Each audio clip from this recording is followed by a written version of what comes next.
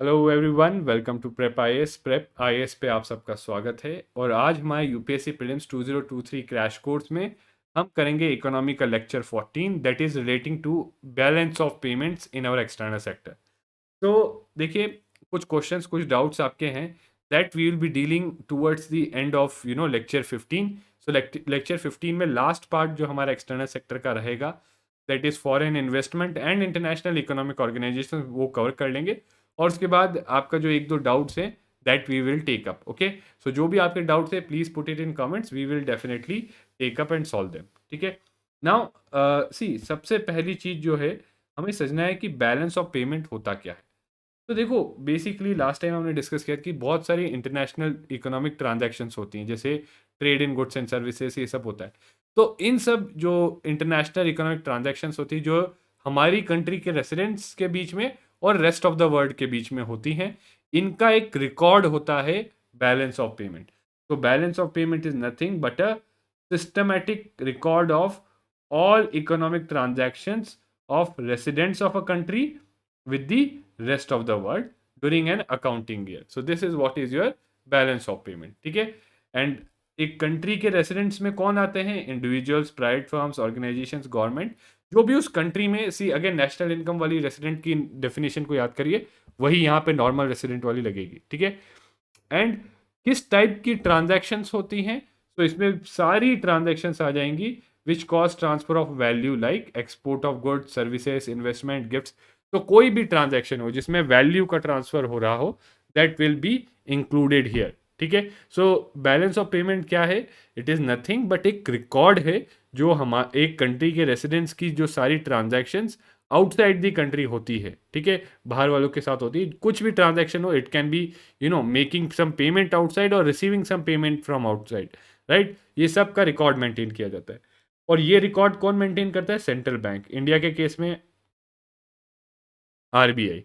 ठीक है। एंड इसके लिए स्टैंडर्ड किसने सेट किया कि किस तरीके से इसको मेंटेन करना है? वो इंटरनेशनल मॉनेटरी फंड, आईएमएफ। इसके बारे में हम अगले चैप्टर में डिटेल में पढ़ेंगे। वो एक मैनुअल निकालता है, BMP6, right. So balance of payment, manual something like this it's name. ठीक है, इतना डिटेल में हमें नहीं आया, बट ये बस इतना जानना काफ़ी है कि जो बैलेंस ऑफ पेमेंट का रिकॉर्ड करना है उसको किस तरीके से रिकॉर्ड करना है, इसके लिए आईएमएफ मैनुअल निकालता है, उसके अकॉर्डिंगली रिकॉर्ड किया जाता है। ठीक है। और इसको मेंटेन कौन करता है? आरबीआई।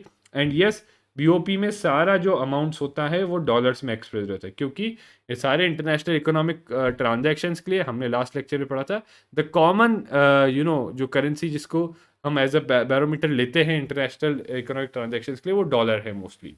ठीक है। नाउ ओवरऑल देखो, ये जो बैलेंस ऑफ पेमेंट है रिकॉर्ड है, बट इस रिकॉर्ड को भी हम जो है दो अकाउंट्स में डिवाइड करते हैं। तो एक तरीके से अकाउंटिंग है, एक बुक अकाउंट रखा हुआ, तो इसको भी दो पार्ट्स में डिवाइड करते हैं, current account and capital account. और ये डिवीजन किस बेसिस पे है? Right, it is on the basis of nature of transactions. Obviously economic transactions record की गई हैं, but some transactions are of a different nature, इसलिए उनको करंट अकाउंट बोला जाता है। कुछ ट्रांजैक्शंस अलग नेचर की है तो उनको कैपिटल अकाउंट बोला जाता है। तो current account are basically transactions which are related to exports and imports in goods, trade in services, investment income and transfer payment. तो अगर कोई भी आपकी ट्रांजैक्शन मेजरली इन मेजर चीज़ों से रिलेटेड है तो वो जो है बीओपी में, बैलेंस ऑफ पेमेंट में, करंट अकाउंट में आती है। किन चीज़ों से? Trade in goods 1, trade in services 2। So trade जब बोलते हैं तो इसका मतलब हो जाता है इंपोर्ट एंड एक्सपोर्ट। ठीक है। Investment income, let's try to understand this term investment income. See, India में मान लो ये कंट्री ए और बी है, तो this is, let's try to understand this. So this is country A, this is rest of the world. Okay, तो यहाँ से किसी एंटिटी ने या मान लो इंडिया में जो है से 100 रुपीज़ इन्वेस्ट किए और उसके ऊपर जो रिटर्न मिला, right, it got return of 10 rupees on it, right. 100 rupees में भी बॉन्ड खरीदा यहाँ की कंट्री का, या जो भी किया, राइट। $100 इन्वेस्ट किए और $10 का रिटर्न मिला। ठीक है, the return it got was $10। ठीक है। तो यहाँ पे इन्वेस्टमेंट इनकम क्या हुई? $10। ठीक है। और इन्वेस्टमेंट इनकम बेसिकली ये जो है पेमेंट होगी तो नेगेटिव में रहेगा ही, क्योंकि हमारी कंट्री से पैसा बाहर गया है। सो एक और चीज़ ये ध्यान में रखना, बीओपी में जो भी कंट्री से पैसा बाहर जा रहा है, यानी हमारे रेसिडेंट्स बाहर पेमेंट कर रहे हैं किसी को किसी भी चीज़ के लिए, तो then in that case that is a negative, minus में जाता है। और अगर बाहर से पेमेंट आ रहा है, मान लो यहाँ से किसी ने 50 रुपये इन्वेस्ट किए थे और उस पर 10% रिटर्न उसको 5 रुपये मिला, तो ये +5 -10 होगा। ठीक है, so this is what investment income is. Transfer payments, ये ट्रांसफर पेमेंट्स ऐसी पेमेंट्स होती है which are as you know one sided payment. ठीक है, वन साइडेड पेमेंट मतलब जिसके एक साइड ही किया है, उसके बदले कुछ नहीं मिला। जैसे यहाँ पे बाहर जो लोग काम कर रहे हैं वो रेमिटांसेस वगैरह ये सब भेजते हैं हमारी कंट्री में, तो ऐसे काफ़ी पैसा आता है, गिफ्ट्स, रेमिटांसेस वगैरह, जो वन साइडेड पेमेंट है, right. In the transaction there is only one side, ठीक है, दूसरी साइड नहीं है। Okay, so that are known as transfer payment. अभी आगे इसको डिटेल में डिस्कस करेंगे, so it will become clear. Then comes capital account. तो इसमें किस टाइप की नेचर ऑफ ट्रांजेक्शन क्या होती है? Such transaction which cause change in asset and liabilities of the residents of the country. तो देखो बहुत सिंपल है, AC economic transactions, international economic transactions, right. So simple, let's make it very simple. तो ये current account, उसमें क्या difference है? सो international economic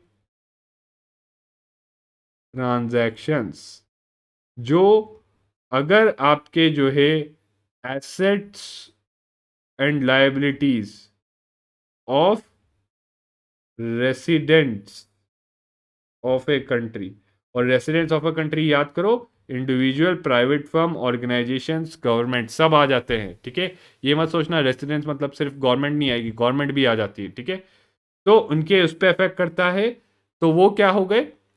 these are capital account. ये सारी ट्रांजेक्शन हमारी कैपिटल अकाउंट में जाती है। और अगर नहीं करता है इस पे इफेक्ट, तो वो कहाँ जाएगी?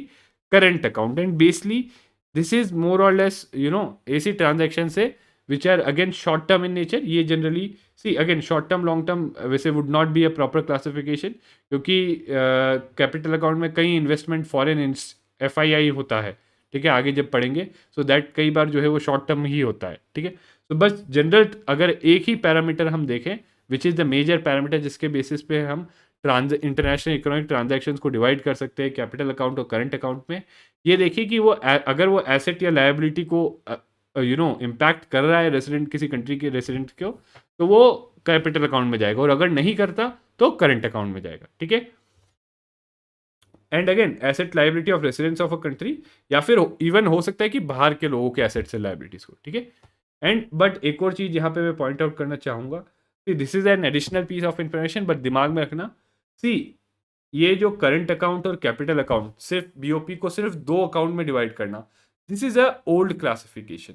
ठीक है, अभी एक नई क्लासिफिकेशन है जो किसने दी? IMF ने दी है, एंड उसमें जो है कितने? 3 अकाउंट में, करंट अकाउंट, फाइनेंशियल अकाउंट और कैपिटल अकाउंट, इन 3 अकाउंट में जो है डिवाइड किया जाता है।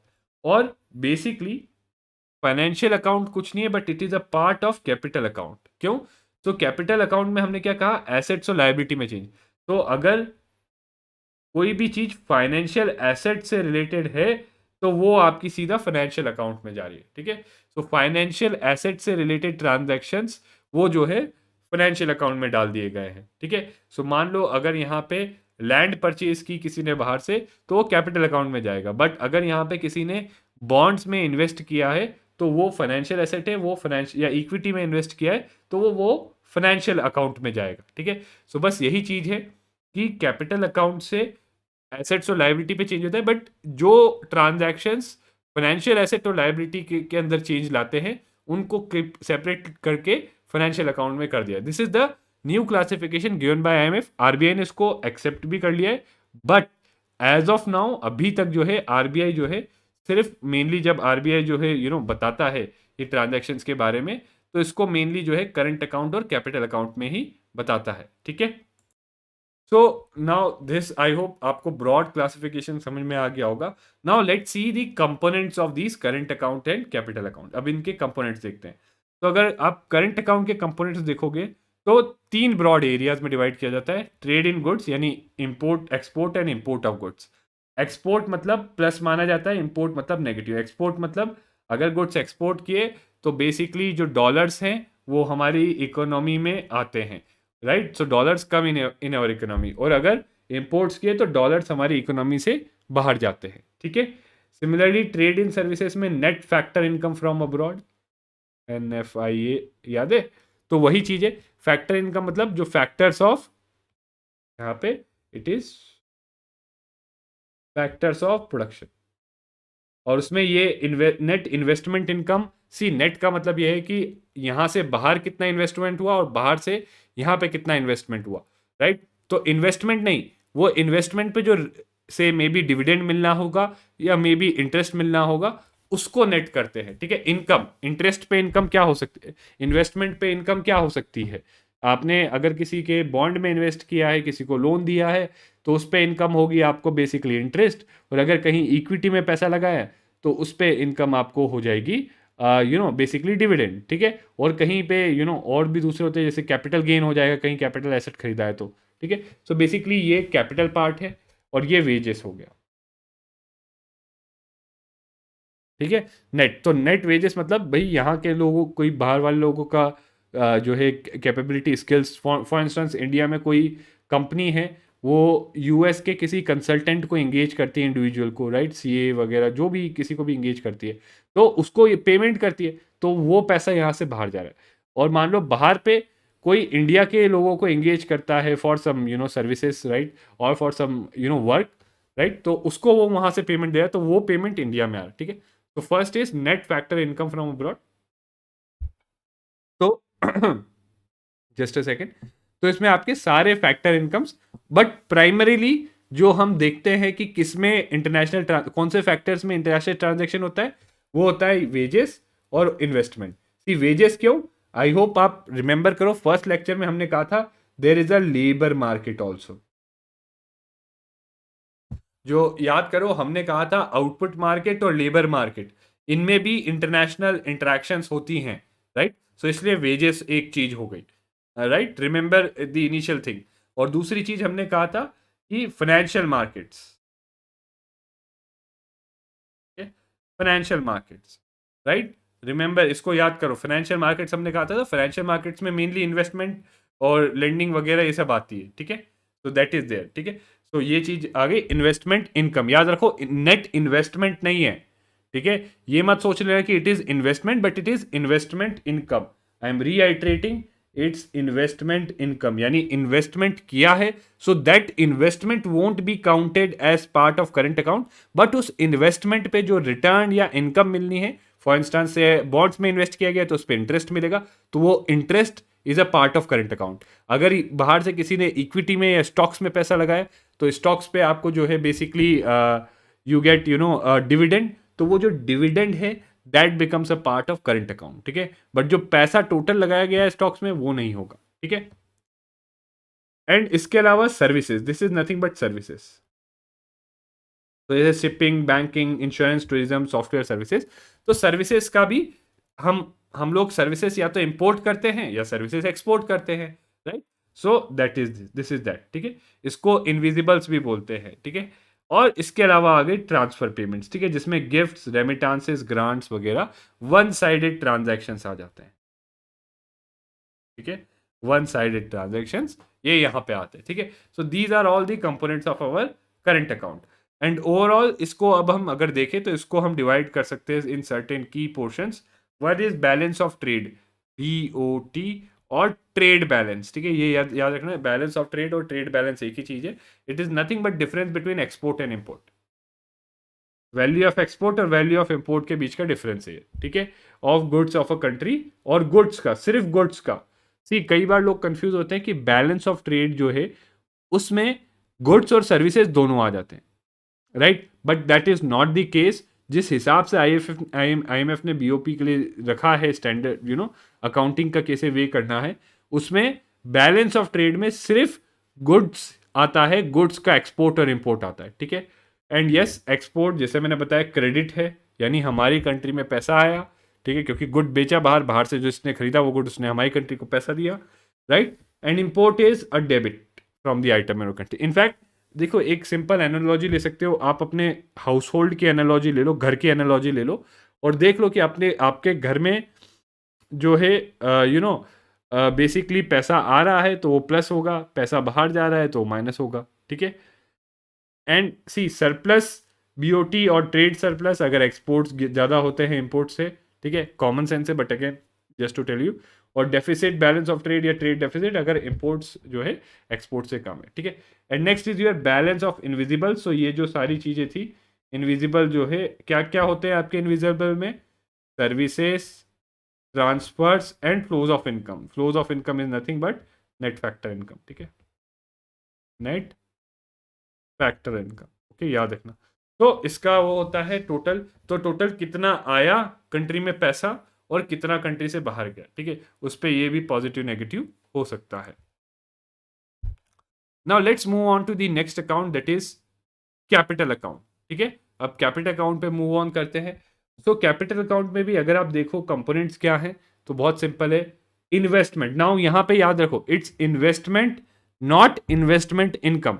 सो पीछे जो हमने अगर एग्जाम्पल लिया था, right, the example that we took earlier, the example we took earlier, अगर उसकी बात करें तो उसमें बेसिकली आप देखोगे कि ये जो है बाहर से 100 रुपीज आए और यहां पे बॉन्ड में इन्वेस्ट किया तो 10 रुपए इंटरेस्ट देना पड़ा।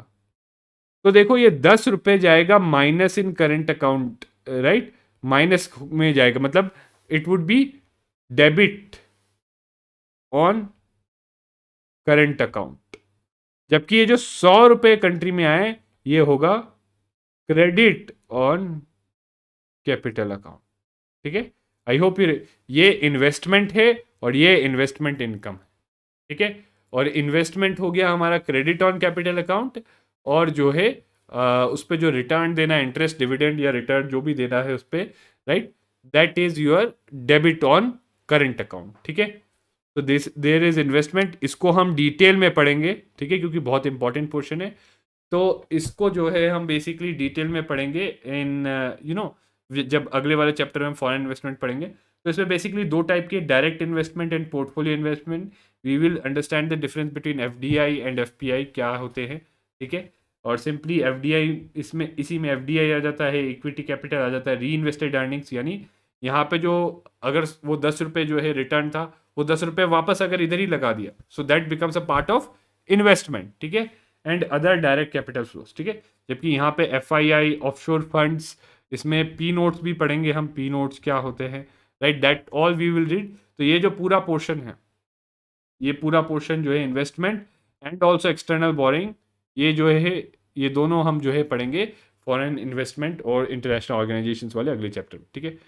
So external boring, external commercial borings and short term debt, ठीक है, ये इसके एग्जांपल्स हो गए। मतलब बेसिकली आप बाहर से उधारी ले रहे हो, ठीक है, you are taking loans from outside, ठीक है। सो अगर आप बाहर से लोन ले रहे हो तो that loan forms a part of your capital, उस लोन के ट्रांजैक्शन को अपना कैपिटल अकाउंट का वो बोलते हैं, ठीक है। अगेन वो जो अमाउंट ऑफ लोन लोगे वो आपका क्रेडिट होगा in the capital account, it will act as a credit to the capital account, यानी प्लस में जाएगा, ठीक है। और अगर लोन रिपे कर रहे हो, राइट, अगर मान लो लोन रिपे कर रहे हो तो वो जाएगा माइनस में, ठीक है। एक्सटर्नल असिस्टेंट में government aid, intergovernmental and multilateral bilateral loans, ठीक है। तो ये सब भी पार्ट है आपके कैपिटल अकाउंट का ब्रॉडली, ठीक है।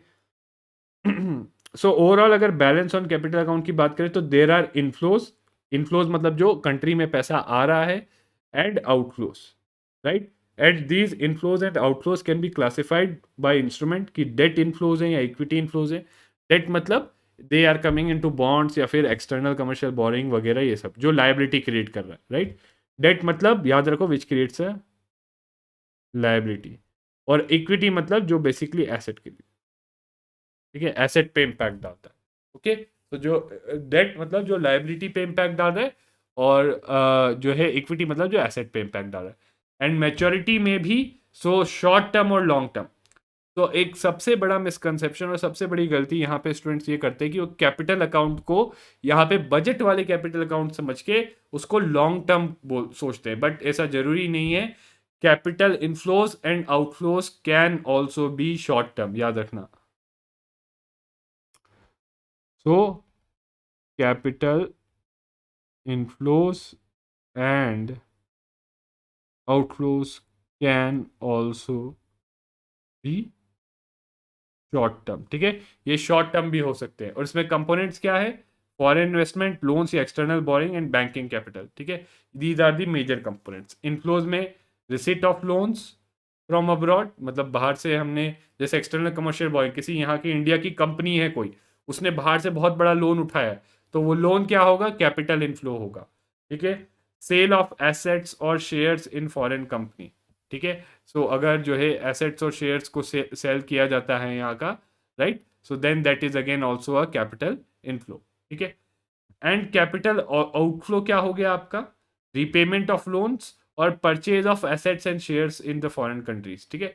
तो फॉरेन कंट्रीज में जाके यहाँ से पैसा जो है लोग बाहर ले जा रहे हैं और बाहर इक्विटी शेयर्स वगैरह में इन्वेस्ट करें, तो दैट इज आउटफ्लो। बट मान लो बाहर से लोग पैसा यहाँ पे ला रहे हैं, फॉरेन कंपनीज जो है यहाँ पे आके ऐसे शेयर्स परचेज कर रही हैं, लैंड परचेज कर रही है बाहर की कंपनी यहाँ पे आके, so then that is a capital inflow, ठीक है। नाउ हमने दोनों अकाउंट्स देख लिए। अब दोनों अकाउंट में हमने देखा कि कुछ कुछ अमाउंट ऑफ मनी आता है, कुछ प्लस में आता है, क्रेडिट होता है, कुछ डेबिट होता है। तो क्रेडिट डेबिट होगा तो ऑब्वियसली ये अकाउंट या तो पॉजिटिव में जाएगा या नेगेटिव में जाएगा या बैलेंस में रहेगा, राइट। और मोस्टली ये देखा गया जो हमारे लिए भी एग्जाम पॉइंट ऑफ व्यू से सिग्निफिकेंट है, that is current account deficit, क्योंकि मोस्टली इंडिया के कॉन्टेक्स्ट में भी we run a current account deficit and most of the governments around the world run a current account deficit. So let's try to understand current account deficit है क्या और उसके causes क्या होते हैं। तो current account deficit simply means कि balance of trade आपका नेगेटिव हो और ये जो बैलेंस ऑफ इनविजिबल है या तो ये उसको कंपनसेट ना कर पाए या ये भी नेगेटिव हो, ठीक है। तो अगर ऐसा होगा यानी आपके basically imports are more than exports, so then we will be having a current account deficit, ठीक है। so imports are more than goods and ज़्यादा goods and services import करती है compared to what it exports, ठीक है। तो ये होता क्यों है, what are its causes। सबसे पहला over valued currency. Over valued currency के दो इम्पैक्ट हैं, आपके एक्सपोर्ट्स जो है वो कॉस्टली हो जाते हैं तो वो कम हो जाते हैं और इम्पोर्ट्स जो है चीप हो जाते हैं, तो इसमें डिमांड एंड सप्लाई सिंपल, तो वो बढ़ जाते हैं, तो लोग ज़्यादा ज़्यादा इम्पोर्ट्स करने लग जाते हैं और एक्सपोर्ट्स कम जो है कम हो जाते हैं। इनफैक्ट सी ओवर वैल्यू, जब करेंसी ओवर वैल्यूड होती है तो उसमें कई बार जो है there are much other effects also, overall economy की कॉम्पिटिटिवनेस पे भी इम्पैक्ट पड़ता है, राइट। तो उसके कारण जो है एक्सपोर्ट कॉम्पिटिटिवनेस भी कम होती है, तो हमारे गुड्स एंड सर्विसेज के एक्सपोर्ट्स कम हो जाए। तो सिंपली सोचो करेंसी हमारी ओवर वैल्यूड है, मतलब बहुत ज़्यादा या आप ओवर वैल्यू बोल सकते हो या फिर ये बोल सकते हो कि करेंसी अप्रिशिएट हो रही है, तो उसमें हमारे एक्सपोर्ट्स कॉस्टली बनेंगे तो एक्सपोर्ट्स हमारे कम हो जाएंगे, ठीक है। और इम्पोर्ट्स हमारे चीप होंगे तो इम्पोर्ट्स जो है ज़्यादा हो जाएंगे, ठीक है। इन्फ्लेशन हाई, राइट, अगर ज़्यादा इन्फ्लेशन रहेगा तो जो हमारे गुड्स एंड सर्विसेज हैं, right, they will be expensive and non competitive, expensive and non-competitive compared to other goods and services in other countries जहाँ पे inflation rate low and stable है। तो इससे भी हमारे क्या होंगे, बेसिकली एक्सपोर्ट्स कम होंगे और इंपोर्ट्स बढ़ेंगे, क्योंकि जहाँ पे महंगे गुड्स है तो लोग सोचेंगे बाहर से खरीद ले, बाहर से बेटर है, ठीक है। बूम इन डोमेस्टिक डिमांड, तो अगेन इंपोर्ट्स बढ़ जाएंगे तो कैड हो जाएगा, ठीक है। रिसेशन इन की ग्लोबल मार्केट, तो इंडिया का जैसे ग्लोबल मार्केट है कोई, राइट, तो अगर वहां पे रिसेशन आ जाता है तो इंडिया के क्या होंगे, बेसिकली एक्सपोर्ट्स कम हो जाएंगे, ठीक है। देन तो next is fall in prices of exports, right. So exports के प्राइसेस फॉल हो जाएंगे। मान लो ऐसा हो जाता है कि इंडिया जो है ग्लोबली वीट सप्लाई कर रहा है, राइट। अगर इंडिया ग्लोबली वीट सप्लाई कर रहा है but all of a sudden there is bumper crop everywhere, हर जगह बम्पर क्रॉप है ग्लोबली, ठीक है। तो ग्लोबली जो है वीट का सप्लाई, ग्लोबल सप्लाई वीट का बहुत ज़्यादा बढ़ जाएगा तो वीट के प्राइसेस फॉल हो जाएंगे, तो इंडिया को भी उतना एक्सपोर्ट प्राइस नहीं मिलेगा। सो डेफिनेटली जो है इंडिया का जो इनफ्लो है, इनफ्लो जो हो जाएगा वो कम हो जाएगा। जबकि अगर प्राइसेस ऑफ इम्पोर्ट बढ़ जाए, ये इंडिया के केस में सबसे ज़्यादा होता है, particularly in case of oil, crude oil. जो हमने देखा है क्रूड ऑयल जैसे उसके प्राइसेस बहुत ज़्यादा बढ़ते हैं, 1991 का बीओपी क्राइसिस भी हुआ था तब गल्फ वॉर हुआ, इंडिया गल्फ से क्रूड ऑयल लेता था, and because of Gulf war crude oil के प्राइसेस बहुत, सप्लाई डिस्टर्ब हुआ, क्रूड ऑयल के प्राइसेस बहुत ज़्यादा बढ़ गए। India is a major importer of crude oil, ठीक है। तो इंडिया के पास कोई ऑप्शन नहीं था, महंगे दामों में भी क्रूड ऑयल खरीदना पड़ा, right. So that leads to again more imports, and अगर ये होता है तो लेस एक्सपोर्ट्स, ठीक है।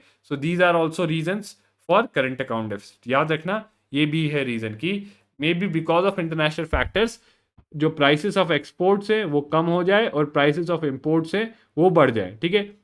So again see, it is not necessarily due to appreciation of currency and depreciation, but because of international factors, ठीक है।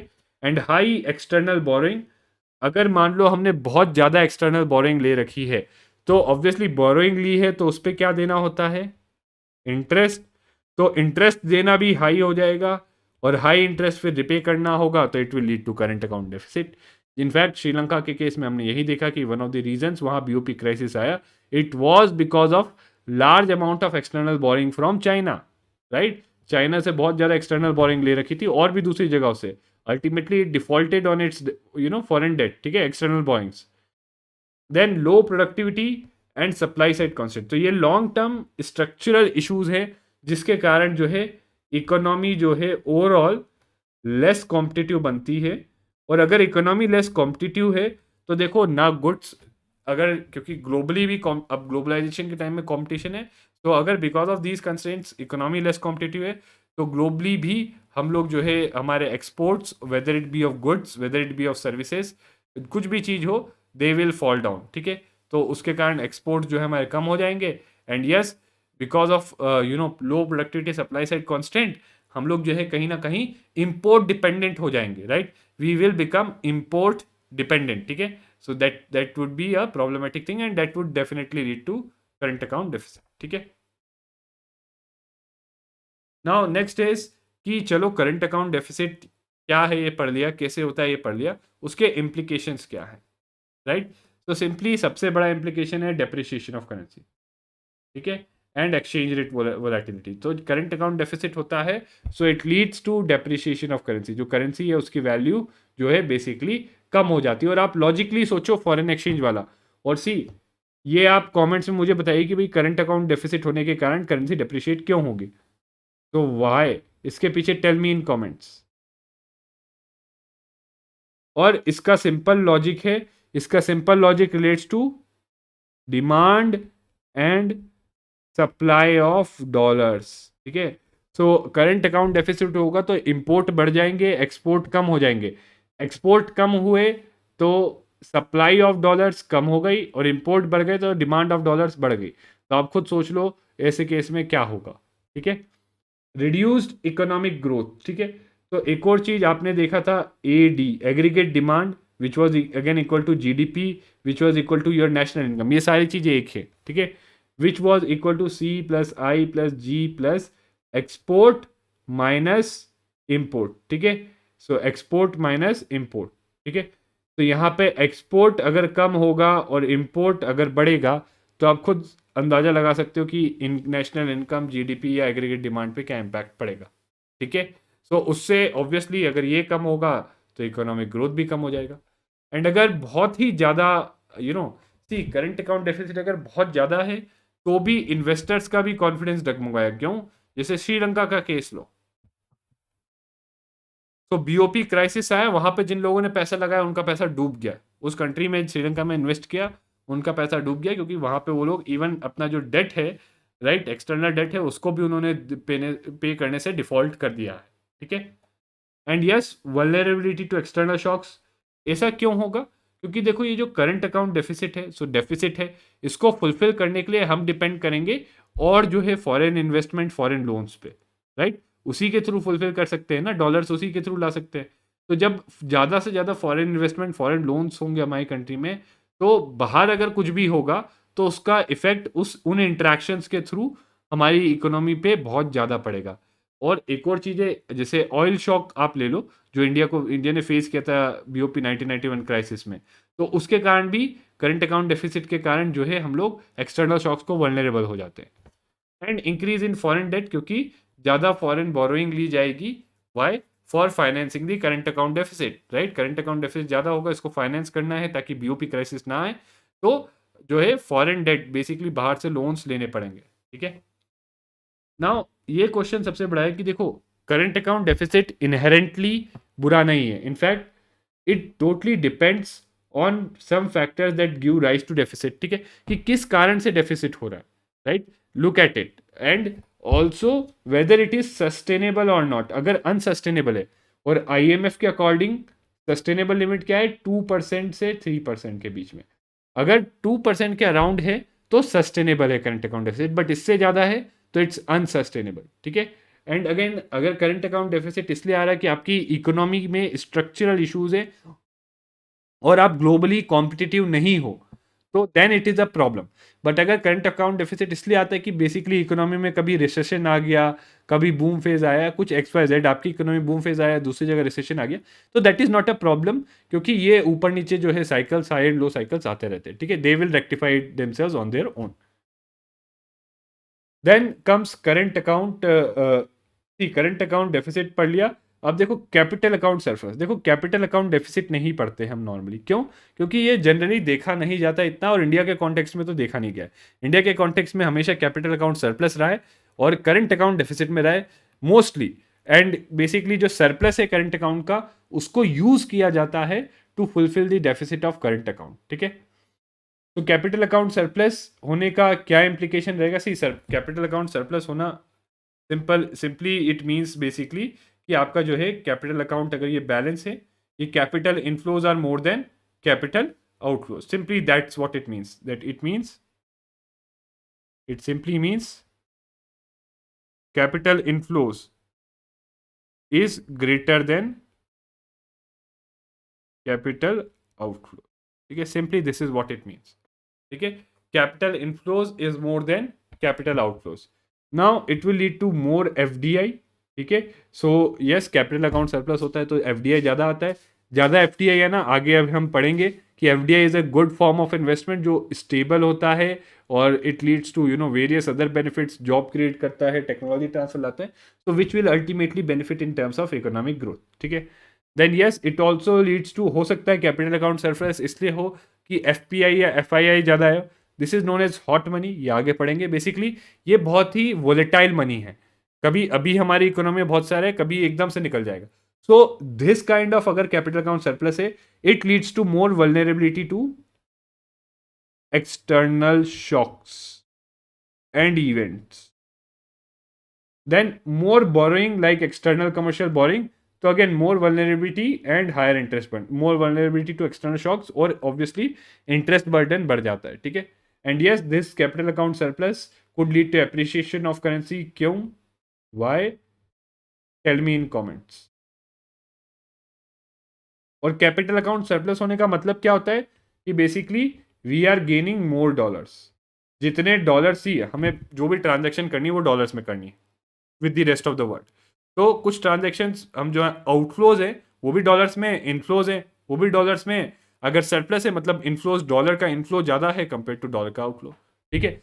And whether whatever transaction we are using it for, ठीक है। Now let's come on to BOP surplus and deficit. तो देखो simply, I hope you understand by now, capital account ये सारी transactions में अगर हमारे inflows are more than outflows तो सरप्लस हो गया, या credit is more than debit तो सरप्लस हो गया, या और अगर अपोजिट है कि debit is more than credit और outflows are more than inflows, then it will be deficit, ठीक है, simple. But let's try to understand in different में वे जो एक्चुअली इकोनॉमी में होता है, ठीक है। So it depends on current account and capital account surplus और डेफिसिट, ठीक है। नाउ मोस्टली हम देखते हैं कि करंट अकाउंट डेफिसिट में होता है, तो इसके जो ये जो डेफिसिट है इसको कवर कैसे किया जाता है, ये जो गैप है इसको कवर कैसे किया जाता है? इसको कवर किया जाता है कैपिटल अकाउंट सरप्लस से। अब मान लो ऐसा हो कि कैपिटल अकाउंट सरप्लस इतना नहीं है जो करंट अकाउंट डेफिसिट को कवर कर पाए, फिर क्या करेंगे? फिर करेंगे कि जो फॉरेन एक्सचेंज रिजर्व्स है, राइट, सो बेसिकली हर कंट्री का जो सेंट्रल बैंक होता है, जैसे इंडिया में आरबीआई है, it maintains a foreign exchange reserve, right, जहाँ पे बेसिकली फॉरेन करेंसी एसेट्स वगैरह, ये आगे अभी पढ़ेंगे, वो सब होल्ड करके रखता है, और it uses them to basically stabilise the economy, ठीक है। तो अगर कैपिटल अकाउंट सरप्लस भी जो है नहीं कवर कर पा रहा, बीओपी डेफिसिट, वो करंट अकाउंट डेफिसिट को कैपिटल अकाउंट सरप्लस भी नहीं कवर कर पाया, तो ऑब्वियसली आरबीआई जो है रिजर्व्स को यूज करके जो है इसको बीओपी डेफिसिट को, जो जो करंट अकाउंट डेफिसिट है या बीओपी डेफिसिट है, उसको बैलेंस करने की कोशिश करते हैं, क्योंकि अगर नहीं कर पाए तो हो जाएगा बीओपी क्राइसिस। अगर बीओपी डेफिसिट को बैलेंस नहीं कर पाए तो हो जाता है बीओपी क्राइसिस। ठीक है, so could use it reserves of foreign exchange in order to balance any deficit in BOP. ठीक है, so this is how it works. Current account में डेफिसिट है तो उससे कैपिटल अकाउंट से करेंगे, अगर मान लो कैपिटल अकाउंट में भी है या फिर कैपिटल अकाउंट का जो सरप्लस है वो कवर नहीं कर पाया, तो हम फॉरेन एक्सचेंज रिजर्व्स हैं उनको यूज करेंगे। ठीक है, तो therefore decrease in official reserves is called overall balance of deficit.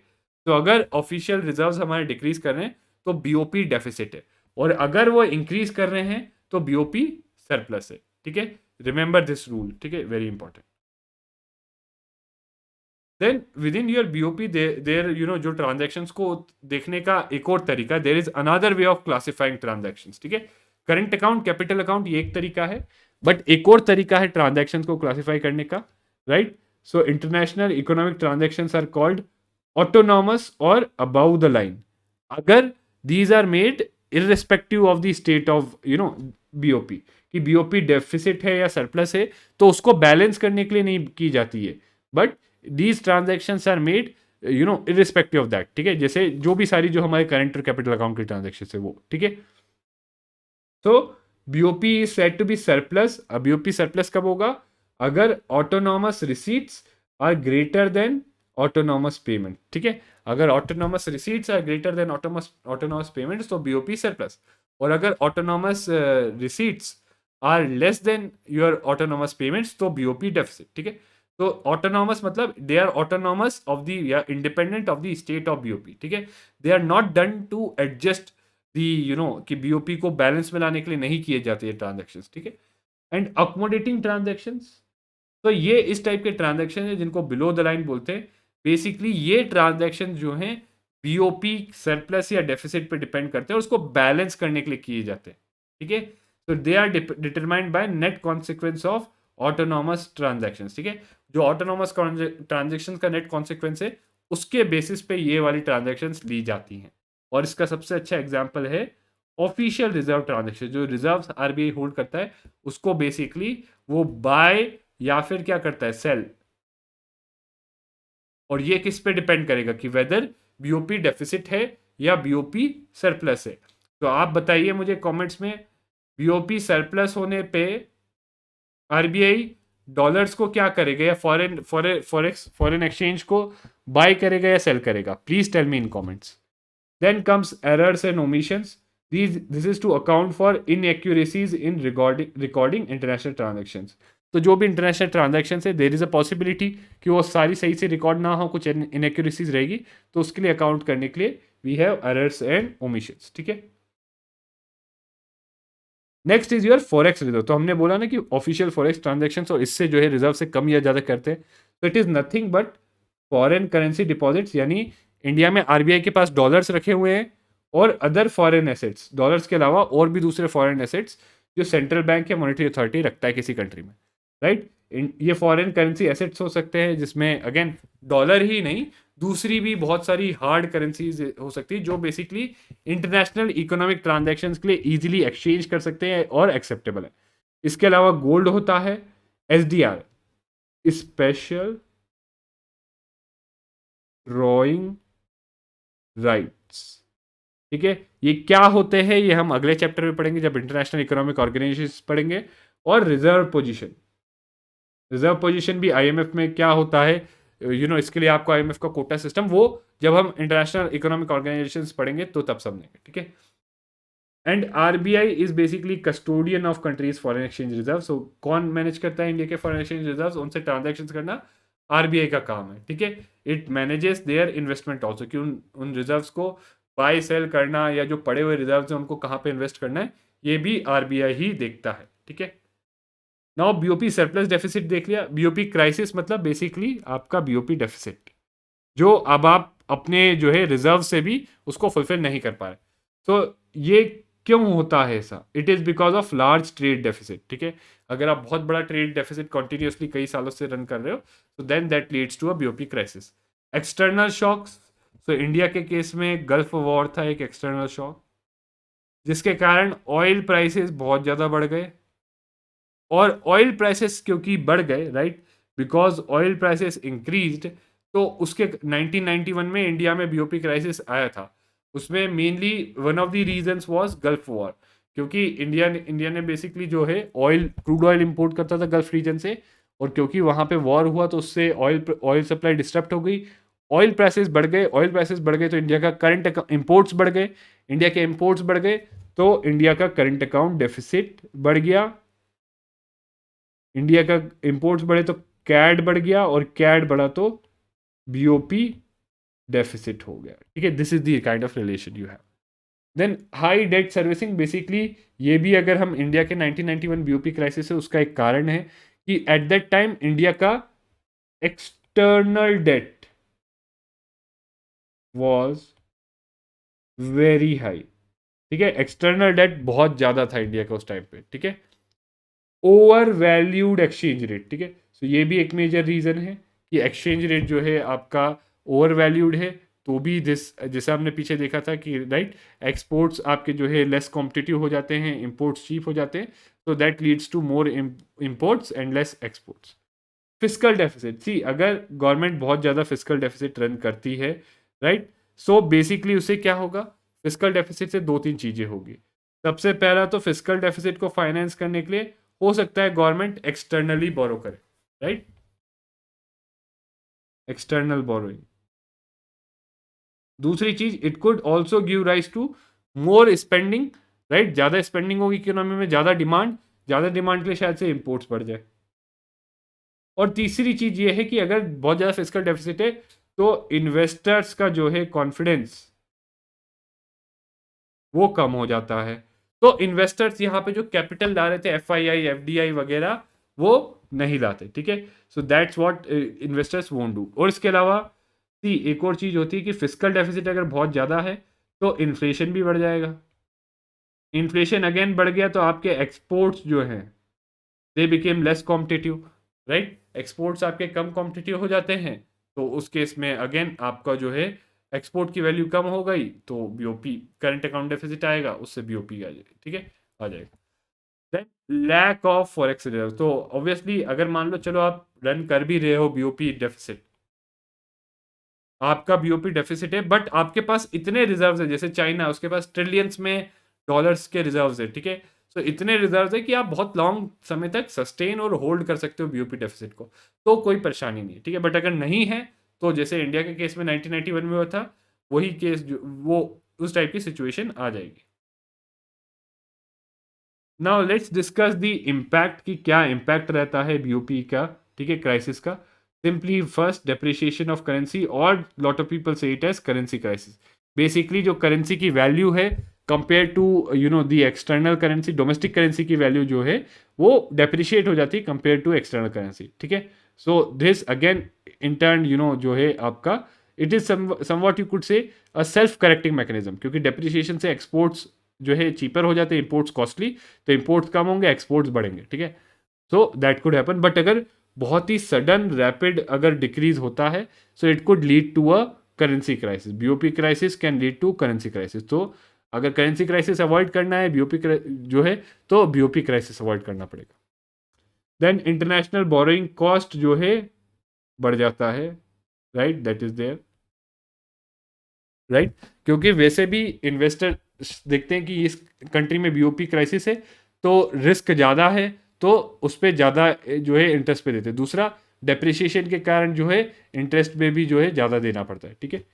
Next, capital flight, again due to loss of investor confidence. Reduced economic growth, क्योंकि आपका जो है एग्रीगेट डिमांड, नेशनल इनकम जो है कम हो रहा है, right. I hope you understand from the earlier discussion, ठीक है। And social and political stability, इसका जीता जागता एग्जाम्पल है आपका श्रीलंका, जहां पे basically because of lack of foreign exchange reserves, because of lack of BOP crisis, and because of inability to import essential goods, चलो जनरल इंपोर्ट्स नहीं, बट जो एसेंशियल गुड्स है वो बहुत सारे ऐसे एसेंशियल गुड्स होते हैं जो एक कंट्री दूसरे बाहर से इंपोर्ट करती है। तो अगर बीओपी क्राइसिस आएगा तो आप वो इंपोर्ट नहीं कर पाओगे, क्योंकि आपके पास सब कुछ फॉरेन एक्सचेंज रिजर्व भी नहीं है कि जिससे आप खरीद सको चीज़ें। ठीक है, तो आप केस कहाँ से पे करोगे इन इंपोर्ट्स के लिए? ठीक है, हाउ विल यू पे फॉर दैट, राइट? तो वो इंपोर्ट नहीं कर पाओगे, इंपोर्ट नहीं कर पाओगे तो दैट वुड लीड टू, अगर एसेंशियल आइटम्स के नहीं कर पाओगे, it would lead to social and political instability. ठीक है, now next aspect is regarding convertibility of rupee. तो रुपी का कन्वर्टेबिलिटी देखो, अभी तक जो बीओपी में हम सब कुछ देख रहे थे उस सारी ट्रांजेक्शन्स में हम क्या अज्यूम करते हैं कि बहुत इजीली जो है रुपी डॉलर में हो जाएगा और डॉलर रुपी में हो जाएगा convert, but see it requires convertibility. ठीक है, it implies that a currency can be exchanged for any other currency without any restriction and that too at prevailing exchange rate. तो एक्सचेंज रेट भी change, ऐसा नहीं है कि आप exchange कर लो बट लोअर रेट पे, नहीं, प्रिवेलिंग जो चल रहा है उसी एक्सचेंज रेट पे बिना रिस्ट्रिक्शन के अगर चेंज कर पा रहे हो आप अपनी currency for any international transaction. Mainly किसके लिए चाहिए होती है currency convertibility? For international economic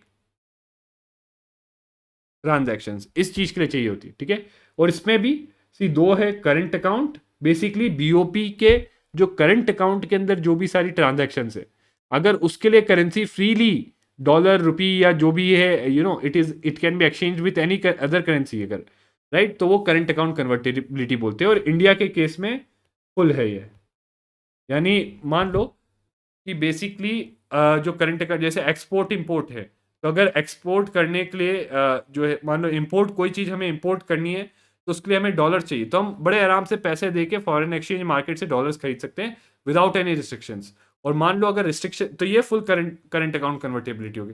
but अगर ये रिस्ट्रिक्शन रख दी कि भाई आप इंपोर्ट बस इतने ही अमाउंट का कर सकते हो, तो आप जो है इतनी इजीली जो है करेंसी नहीं एक्सचेंज कर सकते हो। ठीक है, कैपिटल अकाउंट बेसिकली वही सारी चीजें हैं, आपके इन्वेस्टमेंट,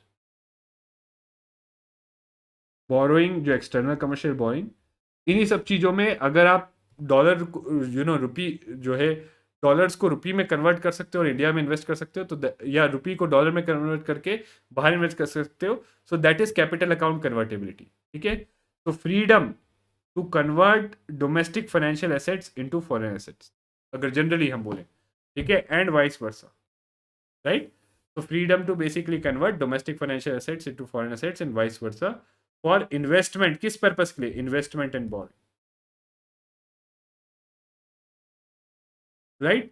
सो ऐसा इस केस में मान लो कैपिटल जो मूव करता है कंट्रीज के क्रॉस, उस पर भी कोई रिस्ट्रिक्शन नहीं है, और आप जो है इन्वेस्टमेंट बोरिंग के लिए पर्टिकुलरली इन फाइनेंशियल एसेट्स आप जो है बड़ी इजीली अपने रुपी को जो है कन्वर्ट कर सकते हो अदर करेंसीज में।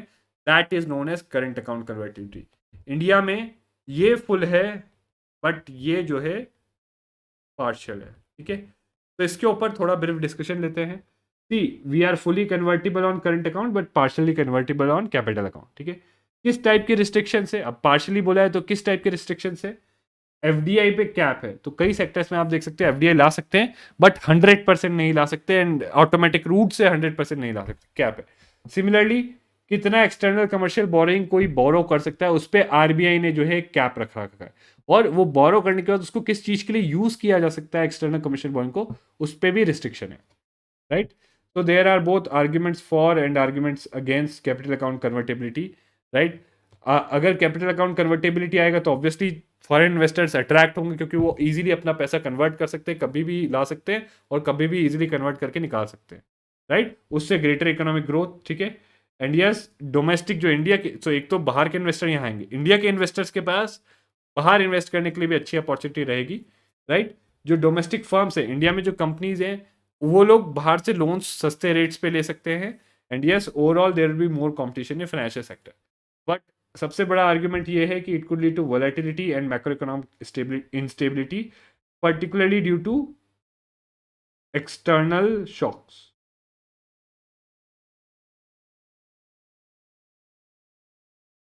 Particularly due to external.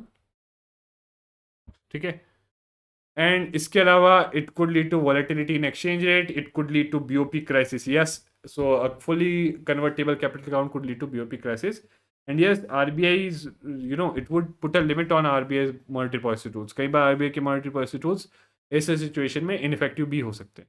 तो what should be done, that is what is given by Tarapur committee कि पहले स्ट्रॉन्ग मैक्रो इकोनॉमिक स्टेबिलिटी और फंडामेंटल्स बना लो, फिर जाओ कैपिटल अकाउंट कन्वर्टेबिलिटी. ठीक है. So with this, let's do some questions. Okay. So if another global financial crisis happens in near future, which of the following actions policies most likely to give some immunity to India? Simple है, global financial crisis हो रहा है, यानी ये ऐसी चीज़ है जिससे हमारा जो है ग्लोबल इंटरेक्शन जो है मिनिमम रहे. ठीक है. So one, not depending on short term borrowings. Yes, short term borrowings पे डिपेंड करोगे तो ग्लोबल फाइनेंशियल क्राइसिस हुआ तो हो सकता है कि आपको रिटर्न जितना लिया उससे बहुत ज़्यादा रिटर्न करना पड़े क्योंकि करेंसी डेप्रिशिएट हो जाएगी. ठीक है. Opening up to more foreign banks, again और ज़्यादा फॉरेन बैंक से, तो इकोनॉमी को जितना ओपन करोगे उतना ज़्यादा, जितना इंटीग्रेट करोगे ग्लोबली, उतना वो जो है इम्पैक्ट होगी ग्लोबल फाइनेंशियल क्राइसिस से. ठीक है. सो कौन सी पॉलिसीज, ये हो गया. And maintaining full capital account convertibility, again this is not there. ठीक है. तो आंसर आपका ए हो जाता है. ठीक है. क्योंकि फुल कैपिटल अकाउंट कन्वर्टेबिलिटी भी induce vulnerability to external shocks और ग्लोबल फाइनेंशियल क्राइसिस. ठीक है. तो ये जो चीज़ें हैं, right, these mainly not depending on this will help in having some immunity to India to external shocks. And then in context of India, which of the following factors is contributors to reducing risk of currency risk? ठीक है. तो currency reducing the risk of a currency crisis. तो currency crisis मतलब basically all of a sudden जो domestic currency है, जैसे India के case में रुपी, उसकी वैल्यू जो है डिक्लाइन कर गई, यानी वो बेसिकली डेप्रिशिएट हो गई. ठीक है. वैल्यू जो है रुपी डेप्रिशिएट हो गया. तो इस केस में ऐसे कौन सी चीजें हैं जो उसे अप्रिशिएट करने में हेल्प करेगा, उसे मेंटेन करने में हेल्प करेगा. ठीक है. तो इसमें foreign currency earnings of Indian IT sector, yes. Increase in government expenditure and रेमिटांसेस of Indians from abroad, ये दोनों हैं 1 and 3. ठीक है. ये क्यों नहीं है, कमेंट्स में बताइए please, tell me in comments. ठीक है. और then we will be discussing ये क्यों नहीं है, क्योंकि ये हमने अभी पढ़ा है फिजिकल. जस्ट मैं एक हिंट देता हूं यहाँ पे, this equals to fiscal deficit, it can lead to. यहाँ पे भी देखो इज लाइकली, ये देखो which of the are contributors to reducing the risk. ठीक है. तो फिजिकल डेफिसिट को याद करो, it's related to BOP crisis, right. So that could also lead to a currency risk. ठीक है. तो with this we wrap up for today. Next lecture हम जो है आईएमएफ और वर्ल्ड बैंक वगैरह ये सब पढ़ेंगे, राइट, प्लस फॉरेन इन्वेस्टमेंट पढ़ेंगे. Okay. So thank you very much and good, and see you again in the next lecture.